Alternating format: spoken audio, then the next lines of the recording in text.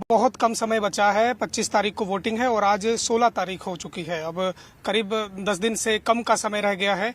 सभी प्रत्याशी अब चुनाव में पूरी ताकत झोंक रहे हैं। सिरसा में मैं इस समय हूं और मेरे साथ कुमारी शैलजा जी हैं, कांग्रेस की दिग्गज नेत्री हैं और 26 साल बाद घर वापसी इनकी सिरसा में हो रही है। इन्हीं से बात करते हैं किस तरह चल रहा है चुनाव प्रचार। मैम, कैसे देख रहे हैं 26 साल बाद सिरसा में वापसी, कितना प्यार मिल रहा है लोगों को? राजनीतिक रूप से आप कह सकते हैं कि चुनावी राजनीति में वापस आई हूँ। वैसे तो हमारा बीच में आना जाना, लगाव, राजनीतिक गतिविधियां भी रही, व्यक्तिगत गतिविधियां भी रही, लोगों से जुड़ाव रहा, चुनाव लड़वाए भी यहाँ पर, तो ये चीजें रही हैं। तो लोगों के साथ जुड़ाव रहा है। शायद इसी कारण इतने साल बाद यहाँ के लोगों की आवाज उठी कि मैं दोबारा से यहाँ चुनाव लड़ूं। पार्टी ने मुझे भेजा यहाँ, तो लोगों का प्यार, क्योंकि लोगों से आवाज उठी थी, तो इसलिए लोगों का प्यार और समर्थन बहुत मिल रहा है। और लोग दूसरी पार्टियां भी छोड़ रहे हैं, चाहे भाजपा है, चाहे दूसरी रीजनल पार्टीज हैं, वो छोड़ कर कांग्रेस में आ रहे हैं। 26 साल का गैप ज्यादा नहीं हो गया? पब्लिक ने कहा नहीं कि आप कहाँ थे इतने दिन, हमें भूल गए? और आपके जो विरोधी हैं वो तो मुद्दा बना रहे हैं कि आप तो छोड़ के भाग गए थे। देखो, विरोधियों के पास कोई और मुद्दा है नहीं मेरे बारे में कहने को, और लोगों ने बुलाया है तभी मैं आई हूँ। तो लोग तो कोई भी नहीं कहते ऐसी बात, वो तो बल्कि खुश हो रहे हैं क्योंकि उन्होंने बुलाया है मुझे। कहते हैं अब अच्छा हो गया, अब आप वापस आ गए। अच्छा, कहते भी हैं कि जितवा के भेजेंगे? हाँ, चर्चा विश्वास है आप? देखो, विश्वास है कि जीतेंगे। विश्वास। 1991 में जब आप चुनाव लड़े थे और एक बड़ी जीत आपको हासिल हुई थी, करीब 1 लाख वोट से आप जीत दर्ज की थी आपने। अब की बार क्या मानते हैं और कहाँ देखते हैं अपने आप को और कांग्रेस पार्टी को सिरसा में? देखो, सिरसा हमेशा हमने यहाँ पर पार्टी को मजबूत रखा। पहले हमारी रीजनल पार्टी से हमारा मुकाबला रहता था और तब भी हमने यहाँ पार्टी को, हालांकि जो रीजनल पार्टी थी वो इनका गृह क्षेत्र था ये, लेकिन रहा है लेकिन उसके बावजूद हमारी पार्टी बहुत यहाँ पर स्ट्रांग रही और हमेशा हम करते थे, संघर्ष करते थे, धरने जुलूस जब उनका राज था और हमारे लोगों पर ज्यादतियाँ होती थी, तो हम बल्कि 99 में मैंने पद यात्रा भी की, चौटाला गांव से लेकर जींद तक। तो गतिविधियां हमारी रही और लेकिन अब भाजपा से हमारा मुकाबला है और कांग्रेस पार्टी यहाँ स्ट्रांग है। ट्रेडिशनली हम स्ट्रांग रहे। अम्बाला क्यों चले गए आप? उस समय की राजनीतिक स्थिति ऐसी थी कि पार्टी ने कहा कि अम्बाला से लड़ो, लेकिन देखो, अम्बाला के लोगों का भी मैं कभी कैसे कर्ज उतारूं। उन्होंने भी मुझे बहुत हाईएस्ट मार्जिन से मुझे जिताकर भेजा था हरियाणा में। अम्बाला के लोगों ने भी करीबन ऑलमोस्ट 235 लाख के करीब वोटों से। अच्छा, अब सिरसा में अशोक तंवर चुनावी मैदान में बिल्कुल आपके सामने है, फाइट नेक टू नेक है और वो आपके पुराने साथी हैं। ऐसे में पुराने साथी के सामने, जिसके साथ एक साथ आपने मिलके शायद एक ही गाड़ी में बैठ के प्रचार भी कांग्रेस के लिए किया होगा, अब आमने सामने हैं, तो क्या मानते हैं कितना टफ है? नहीं, कभी आया साथ में बैठ के तो हार्डली कभी मुझे नहीं लगता किया, और मैं ये भी नहीं समझती कि नेक टू नेक फाइट है। मुझे लगता है कि कांग्रेस पार्टी जीतेगी ये चुनाव जीतेगी। हरियाणा में क्या देखते हैं, 10 में से कितनी सीट कांग्रेस ले जाएगी? देखो, जिस तरह से हवा बदल रही है दिन ब दिन, आप हैरान मत होइएगा अगर 10 सीटों पर गठबंधन जीत जाए। सभी 10 सीटें? हाँ। और देश में क्यों? मोदी जी कहते हैं 400 पार। न देखो, अब कुछ तो उनको कहना है और जिस तरह से आदत है इनकी ओवर हाइप करना हर चीज को, वो भी लोग अब जान गए हैं कि ये इनका एक स्टाइल है। हमारे यहाँ भी 2019 में इन्होंने कहा था कि 75 पार करेंगे, तो 40 पर आकर मुश्किल से रुक गए थे। कुछ सीटें तो एज पर जीते थे ये।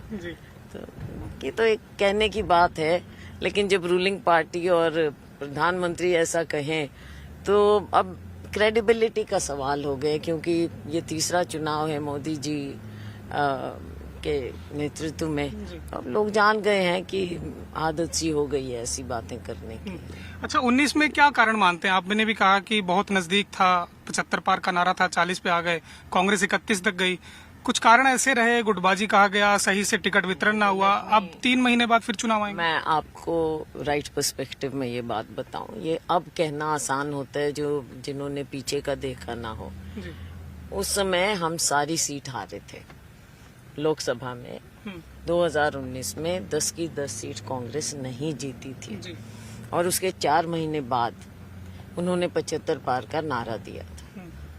मीडिया का कोई साथी ये मानने को तैयार नहीं था कि हम डबल डिजिट में भी आएंगे, और मैं तब भी कहती थी कि it will be very close. आप देखना, कोई साथी नहीं, हमारा मजाक उड़ाते थे कि भाई कहने की बातें होती हैं। एक दिन पहले भी मैंने कहा नतीजे आने से कि आप देखना, सिर्फ एक चैनल था जिसने मेरी बात को माना था। सब मेन स्ट्रीम, आप सब चैनल्स ने कहा कि नहीं नहीं ये तो बीजेपी जीतेगी। 75 एक्सीडेंट हुआ तो खैर, लेकिन फिर क्या हुआ, हम 31 जीते ना, तो जो डबल डिजिट पे भी नहीं ला रहे थे हम 31 तो जीते। तो ये भी आप मानिए कि इतनी बड़ी अचीवमेंट। अब हाइंडसाइड में तो सब कह सकते हैं कि एक सीट क्यों हारी, दूसरी क्यों हारे, तीसरी क्यों हारे, वो तो बाद की बातें होती हैं। और बाद में खुद को भी लगता है कि काश हम ये ठीक कर लेते, काश हम वो ठीक कर लेते। तो ये इफ एंड बट तो हमेशा रहते हैं। अब की बार वो इफ एंड बट की कोई जगह तो नहीं, लूप होल तो नहीं छोड़ेंगे? नहीं नहीं, देखो इस बार क्या है, एक तो भाजपा से लोग बहुत ज्यादा रुष्ट हैं। इस बार आप ऐसा नतीजा केंद्र में भी नहीं देखेंगे। पिछली बार था ना 10 की 10 वो सीट जीते थे, इस बार कहीं नजदीक भी नहीं होगा। और हमें विश्वास है कि जैसे जैसे 25 तारीख नजदीक आएगी, ये सब तरफ आप लोग भी देखने लगेंगे कि कहानी वो नहीं है। और आप हैरान मत होइएगा कि अगर 10 सीटों पर अलायंस जीत जाए। आप क्या मानते हैं केंद्र में कितनी सीट बीजेपी ले जाएगी? क्योंकि मोदी जी कहते हैं 370 बीजेपी और एनडीए 400 पार। देखो अभी इतना तो मैं कोई दावा कर नहीं सकती, लेकिन कहीं मुझे नहीं लगता कि 200। राहुल जी कहते हैं 150। हाँ, मतलब अब इंडिकेशन यही आ रही है। और आप ये सोच लीजिए कि मेन स्ट्रीम मीडिया भी, जो पहले कुछ और नहीं दिखाता था, कुछ लोगों को दिखाना पड़ रहा है नीचे की जमीन की बातें देखते हुए। तो जो राहुल जी कह रहे हैं उनकी असेसमेंट बिल्कुल एक्यूरेट होती है। अच्छा, मोदी जी की चर्चा शुरू हुई तो मुझे एक बयान याद आ रहा है। अक्सर जनसभाओं में मोदी जी कह रहे हैं कि मनमोहन सिंह जी जब प्रधानमंत्री थे 2008 की बात वो करते हैं कि उन्होंने कहा था कि देश के संसाधनों पर पहला हक अल्पसंख्यकों का है, वो अल्पसंख्यक मुस्लिम से जोड़ रहे हैं। 2009 में आप भी मंत्री बनी यूपीए 2 में, उसके पहले भी आप बहुत नजदीक थी सरकार के, तो उस समय हुआ क्या था, वो बयान क्या था, और क्या जो मोदी जी कह रहे हैं उसमें कितनी सच्चाई देखती हैं आप? नहीं, देखिए उस समय रिपोर्ट आई थी, हमारी माइनॉरिटी रिपोर्ट आई थी, और उसमें कुछ बातें कही गई थी। तो उसके संदर्भ में और माइनॉरिटीज में तो बहुत लोग होते हैं ना, तो उन्होंने कई बातें कही थी, उसमें से कुछ बातें ये आउट ऑफ कॉन्टेक्स्ट। और देखिए माननीय प्रधानमंत्री जी की आदत सी है, ये कभी नेहरू जी को याद कर लेंगे, कभी किसी और को, उस समय ये हुआ था, उस समय। अच्छा, बेहतर हो कि माननीय प्रधानमंत्री जी अपनी बात करें 10 साल की, इन्होंने क्या किया है क्या नहीं। कभी डॉक्टर मनमोहन सिंह जी को कोसने से या नेहरू जी को कोसने से कोई इनके 10 साल की जो फेलियर्स हैं वो तो धुलेंगे नहीं। तो बेहतर होगा कि अपना रिपोर्ट कार्ड पेश करें। अच्छा, आप जब 10 साल यहाँ पर रही, 10 साल तो नहीं कहूंगा, 1991 और 96 दो आपने जीते, 98 में मिड टर्म पोल हो गया, उस समय आपने सिरसा को ऐसा क्या दिया कि जिसे आज आप लोगों के बीच में उठा पाए और आपको फिर दोबारा लोग चुने, ताकि वो आपके उस दौरान के कार्यकाल को याद करें लोग? देखो बात ये नहीं है, ये भी फिर आप मीडिया की एक आपका स्टाइल है इस तरह की बातें करने का। बात क्रेडिबिलिटी की होती है, और बात ये होती है कि लोगों के साथ खड़े हों और ईमानदारी से खड़े हों। वो हमने किया। उस समय 90s की बात है, देश का पहला प्रोजेक्ट जो ब्रॉड गेज कन्वर्जन का था वो हम सिरसा में लेकर आए थे। हमने यहाँ रीजनल सेंटर बनाया था यूनिवर्सिटी का, जो अब यूनिवर्सिटी बन गई है। तो इस फिर हमने ऑल इंडिया रेडियो दूरदर्शन का सेंटर बनाया था। उस समय देखो ये बहुत बड़ी बातें होती थी। डबवाली में बनाया था। अब उस समय गैस का भी एक लिमिटेड वो होता था, तो उसके हम एक्सटेंशन सेंटर्स बनवाते थे। तो इस तरह की बातें होती थी जो लोकल लोगों की सहूलियत के लिए हम करते थे। तो वो लोग उस समय अप्रिशिएट करते थे कि हम सच्चे मन से काम करते हैं। और अभी पीछे मैं डबवाली गई, एक बहुत भयंकर अग्निकांड हुआ था, उस समय मैं उसी रात यहाँ आके लोगों के बीच में, बल्कि ऐसी बातें कहती नहीं हूँ, लोग खुद, जब मैं वहाँ जाती हूँ डबवाली, लोग खुद इस बात का याद करते हैं। तो मतलब मेन बात है कि लोग अप्रिशिएट करते हैं जब हम सच्चे मन से और साफ सुथरे ढंग से और ट्रांसपेरेंट ढंग से लोगों के साथ खड़े हों और उनके काम करवाएं। अभी भी लोगों के बीच में हैं आप काफी लंबे समय से, क्या डिमांड्स आ रही हैं और आपके दिमाग में क्या है कि सांसद बनते ही मुझे खासतौर पर सिरसा के लिए कुछ ये चीजें करनी है, क्योंकि हरियाणा में पिछड़े जिलों में सबसे एक नंबर पर आता है सिरसा। बात ये है कि यहाँ एक तो नशे का बहुत मामला है और ऊपर से फिर हम देखेंगे कि केंद्र से हम क्या ला सकते हैं, उसके बाद राज्य सरकार बनेगी हमारी, तो तालमेल अच्छा हो, यहाँ पर लोगों की जो भी गांव से मोहल्ले से लेकर जो भी काम लोगों के हों, एक तो वो करें हम, जो इतने समय से लंबित पड़े हैं। इतना भ्रष्टाचार फैला हुआ है शहरों का, ये स्वच्छता तो कहने की बात रह गई है। तो बहुत सी बातें हैं जो हमको देखनी है।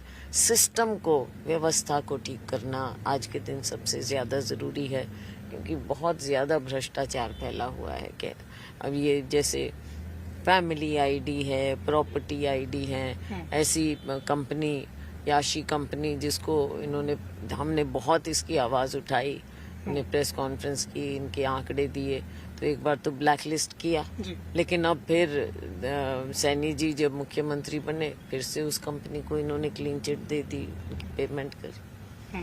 तो मतलब बातें हैं कि पूरा सिस्टम ठीक करने वाला है जो 10 साल में इन्होंने बुरी तरह से बिगाड़ दिया है। तो सैनी साहब सिरसा भी आए थे अशोक तंवर के लिए वोट मांगने, उन्होंने आपके ऊपर कई तरह के आरोप भी लगा दिए। उन्होंने कहा जी कि जब आपकी सरकार थी तो किसानों को 2-2, 5-5 रुपए के चेक मिलते थे, शैलजा जी सरकार में थी, अब आज आप किसानों के लिए झंडा उठा रहे हैं। कांडा जी कहते हैं कि आप सिरसा को धोखा दे के पहले चले गए और अब भी आप एक नारा दे रहे हैं कि पहले सिरसा की बारी फिर हरियाणा की तैयारी, मतलब आप फिर से आगे जाने की तैयारी में। बिल्कुल, दोनों सवाल एक बिल्कुल है। देखो, पहले सिरसा हमको जीतना है लोकसभा, और उसके फौरन बाद ये सरकार तो कभी भी गिर जाएगी, तो हमने हरियाणा भी तो जीतना है ना। अगला चुनाव तो असेंबली का है और हम सब मिल बैठ के स्टेट में भी तो राज्य। इसका राजनीतिक अर्थ तो कुछ और निकाला जाए। नहीं, राजनीतिक अर्थ तो यही है ना कि हमने फिर सिरसा से पहले सिरसा जीतेंगे, और अगर सिरसा जीतेंगे उसके बाद यहाँ पे 9 सीटें हैं हमारी, तो 9 की 9 सीट हमने असेंबली के लिए भी तो जीतनी है। ऐसा कि आप तो विधानसभा भी लड़ना चाहते थे, लोकसभा का टिकट मिल गया, और मैं तो इसके पीछे का एक कहानी भी जानना चाहूंगा, लेकिन क्या ये माने कि आप विधानसभा में भी आजमाइश करेंगे, या अगर टिकट मिलता है तो आप विधानसभा में आएंगे, फिर विधानसभा चुनाव लड़ेंगे और मुख्यमंत्री बनने की कोई ख्वाहिश? आज के दिन मेरी प्राथमिकता है सिरसा जीतने की, सभी साथियों के साथ मिलकर। उसके आगे जो हाईकमांड फैसला करेगा वो होगा। मुख्यमंत्री पद की देखो बहुत लोगों में इच्छा होती है, कुछ लोग सोचते हैं हमारा राइट है, और ये बातें चलती हैं, राजनीति का हिस्सा है, कोई दिक्कत की बात नहीं है, लेकिन फाइनल फैसला हमारी हाईकमांड करती है, हम उन्हीं पे छोड़ते हैं। हमेशा 1 लाइन रेजोल्यूशन करते हैं हम, और हाईकमांड फैसला करती है। हाईकमांड अगर देगा तो आप विधानसभा भी लड़ेंगे? हाँ, वो तो उन्हीं के ऊपर फैसला है, ये भी तो उनका फैसला, मुझे लड़वाया यहाँ से, और आगे हाईकमांड फैसला करें। अच्छा, आपने तो पहले साफ कह दिया था कि वैसे मेरा लोकसभा चुनाव लड़ने का मन नहीं है, लेकिन इंटरनल स्टोरी क्या है, मैं ये समझना चाहूंगा। आपने ये जरूर कहा था, because I am very clear मैं क्या बोलती हूँ, मैं बताऊंगी। मैंने, क्योंकि मेरी स्टेटमेंट हमेशा कभी इधर से उधर नहीं मैं करती हूँ, मैं सोच समझ के बोलती हूँ। मैंने ये कहा था कि इस बार मेरा मन है विधानसभा लड़ने का, क्योंकि मैंने काफी समय से सेंटर की राजनीति की है, लेकिन क्योंकि लोकसभा पहले आएगा, आप जैसे साथियों ने पूछा कि लोकसभा पहले आएगा, मैंने कहा बिल्कुल लोकसभा पहले आएगा, और हाईकमांड का फैसला जो भी होगा वो मुझे मान्य होगा। अगर वो कहेंगे लोकसभा लड़ो पहले, तो लड़ेंगे। और इंटरनल स्टोरी कुछ नहीं है? आपने मना किया था कि मुझे लोकसभा मत लड़वाइए, हाईकमान जब अंदर बैठक हुई थी AICC में। नो नो, ऐसी कोई बातें नहीं। और कोई ऐसी शर्त कि ठीक है लोकसभा लड़वा दीजिए लेकिन विधानसभा का टिकट भी देना पड़ेगा? ऐसी कोई हम शर्तें नहीं रखते हैं। अच्छा, चौधरी वीरेंद्र सिंह कह रहे हैं कि हुड्डा को तो कुछ लोग हैं जो हरवाना चाहते हैं, उन्होंने आपका भी नाम ले लिया। वो तो कहते हैं कि रंजीत सिंह कहते हैं, माफ कीजिएगा, चौधरी रंजीत सिंह कहते हैं कि शैलजा जी, किरण जी और बाकी लोग जो जितने भी एंटी हुड्डा हैं वो सब तो मेरे लिए वोट कर रहे हैं, मेरे लिए प्रचार मांग कर रहे हैं। देखो, शैलजा कांग्रेस की सिपाही है और रहेगी। अब वो चाहे कुछ भी कहें, जो भी कहना चाहें, वो तो आके यहाँ पे ये भी कह रहे थे कि शैलजा को तो हमने कई बार हराया है, शैलजा को ये किया। शैलजा जितनी बार जीती है वो बताएं, तो ऐसी कोई बात नहीं है। वो अपनी बात वो कहते हैं, उनको करने दो जो भी करते हैं, पहले वो अपनी सीट जीत के दिखाएं। अच्छा, हुड्डा जी हैं, सीएलपी लीडर हैं और उदय भान प्रदेश अध्यक्ष हैं, लेकिन अभी तक सिरसा नहीं आए वो वोट मांगने आपके लिए, क्या रीजन है? कोई ऐसी कोई बात नहीं है, हमेशा कौन कहाँ जाते हैं, मैं भी कई जगह नहीं गई हूँ। आप तो प्रत्याशी हैं, चलिए मान सकते हैं। ठीक है, अध्यक्ष के नाते उनको आना चाहिए था, देखते हैं आप। इसमें ये तो उनकी मर्जी है, आए ना आए उनकी मर्जी। अच्छा, कांग्रेस में गुटबाजी अभी भी लगता है आपको कि अब सब एक हो गए और एआईसीसी में राहुल जी वगैरह ने फटकार ऐसा है, चुनाव हम हमेशा सिरसा में देखेंगे कि सभी लोग चुनाव में मिलके लड़ रहे हैं। अब कहीं भी देख लेना, पूछ लेना, कोई ऐसी बात नहीं है। तो चुनाव के समय ये हो, बाकी देखो ये गुटबाजी कहो या कुछ भी कहो, ये राजनीति का हिस्सा है जी। हर पार्टी में होता है, हमारी पार्टी में भी है, क्या दिक्कत है? सब अपने अपने उसके लिए करते हैं, तो ये कौन सी कोई ऐसी छिपी हुई बात थोड़ा ही है, ये तो चलता है। मानते हैं कि गुटबाजी है? भाई, राजनीति में सब अपने अपने प्रभाव के लिए, अपने क्षेत्र के लिए, सब अपनी स्पेस के लिए करते हैं। हर जगह, हर ऑर्गेनाइजेशन में जद्दोजहद आपके भी होगी, आपके ऑर्गेनाइजेशन में भी। It's part of politics.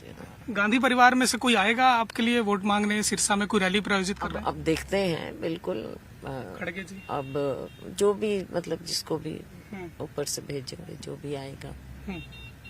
अच्छा, इसके बाद तुरंत विधानसभा चुनाव आने हैं और विधानसभा चुनाव से पहले 3 निर्दलीय विधायकों ने सरकार का साथ छोड़ दिया, सरकार अल्पमत में आ गई और इसी बीच में एक कैबिनेट की बैठक भी बुलाई गई। चर्चा ये हुई कि सरकार अब विश्वास प्रस्ताव लाने वाली है। इतना कुछ उठापटक हो गया है, कैसे देखते हैं सैनी सरकार को? बात ये है कि ये तो सरकार बिल्कुल बैसाखियों पे है, कभी भी गिरेगी, कभी भी गिरेगी। अब बात ये है ना कि अभी सारे लोग इस इलेक्शन में बिजी हैं, और ये सरकार तो लड़खड़ा रही है, कभी भी गिरेगी।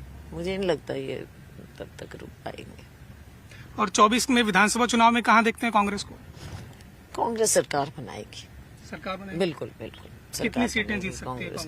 अब आप देखना, आज के परिप्रेक्ष्य में क्या देखते हैं आप? आज के परिप्रेक्ष्य में प्रचंड बहुमत है। अच्छा, मुख्यमंत्री कौन होगा? मुख्यमंत्री तो हाईकमांड तय करेगा।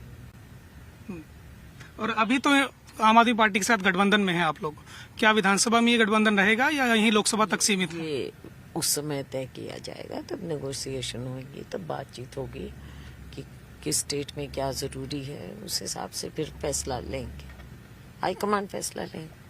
चलिए, बहुत बहुत शुक्रिया। तो कुमारी शैलजा जी को आप सुन रहे थे। सिरसा सीट तो जीतेंगे ही, साथ में इन्होंने दावा किया है कि हरियाणा की सभी 10 लोकसभा सीटें कांग्रेस जीतेगी। गठबंधन इनका जो इंडिया गठबंधन है, क्योंकि एक सीट पर कुरुक्षेत्र में वहां पर सुशील गुप्ता चुनाव लड़ रहे हैं आम आदमी पार्टी की तरफ से। और देश की अगर हम बात करें तो नरेंद्र मोदी को लेकर साफ तौर पर और भाजपा को लेकर इनका कहना है कि 400 का दावा वो भी एक जुमला है और बीजेपी 150-200 तक सिमट जाएगी। लेकिन सरकार कौन बनाएगा? क्या इंडिया गठबंधन सरकार बनाएगी या एनडीए सरकार बनाएगी? इसके लिए इंतजार 4 जून का करना पड़ेगा, जब नतीजे आएंगे। सिरसा के नतीजे नजर पूरे देश की है, क्योंकि सिरसा हॉट सीट बन गया है कुमारी शैलजा के यहाँ पर एंट्री से। और हरियाणा में कई और भी ऐसे क्षेत्र हैं, कई और लोकसभा सीटें हैं जहां पर निगाहें पूरे हरियाणा की नहीं देश की भी टिकी हुई हैं। और हरियाणा की राजनीति 3 महीने बाद जब विधानसभा चुनाव आएगा तो इस लोकसभा के नतीजे बहुत कुछ उसमें तय करेंगे। कैमरा पर्सन रिंकू के साथ सुधीर पांडे, पंजाब केसरी टीवी, सिरसा। लोकसभा चुनाव को अब बहुत